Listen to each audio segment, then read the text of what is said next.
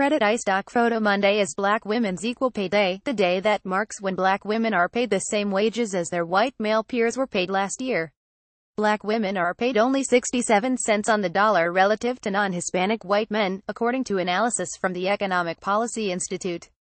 Black women could lose $840,040 over a 40-year career compared to non-Hispanic white men, according to the National Women's Law Center, and in some states, that wage gap could lead to a loss over $1 million. According to EPI, the wage gap for Black women has only grown worse and Black women are working more hours.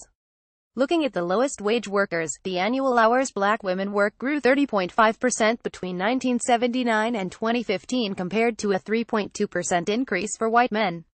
Several Black female celebrities and politicians brought attention to the pay gap on Monday, including Serena Williams, Tracee Ellis Ross, and Rep. Yvette Clarke DNY. Black women are the cornerstone of our communities, Williams tweeted. The wage gap persists at all levels of education and in all occupations. Black women with advanced degrees still make $7 an hour less than white men who only have a bachelor's degree, and white male physicians and surgeons earn $18 per hour more than Black female physicians and surgeons. There are also significant state differences in the wage gap. Maine, Mississippi, Alabama, Nebraska, South Carolina, District of Columbia, Virginia, Rhode Island, Connecticut, and Missouri all had earnings ratios between white men and Black women ranging from 59.7% to 55.2%.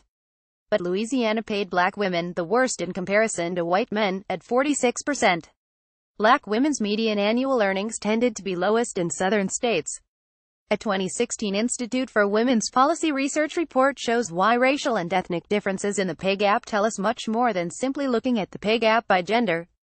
The report found that the median weekly earnings for Black women were $641 across occupations compared to $815 for white women and $1,025 for white men. Black men and Hispanic men made less than white women, at $718 and $633 respectively. Asian men and women had the highest median weekly earnings. It would take a very long time for Black women to reach pay equity with white men, according to the Institute for Women's Policy Research. Black women would have to wait until 2124 for equal pay if wages continue to change at this slow pace. But policy experts do have suggestions for how to mitigate the wage gap. Black women are subject to racial and gender biases in higher education, in the labor force, and in housing.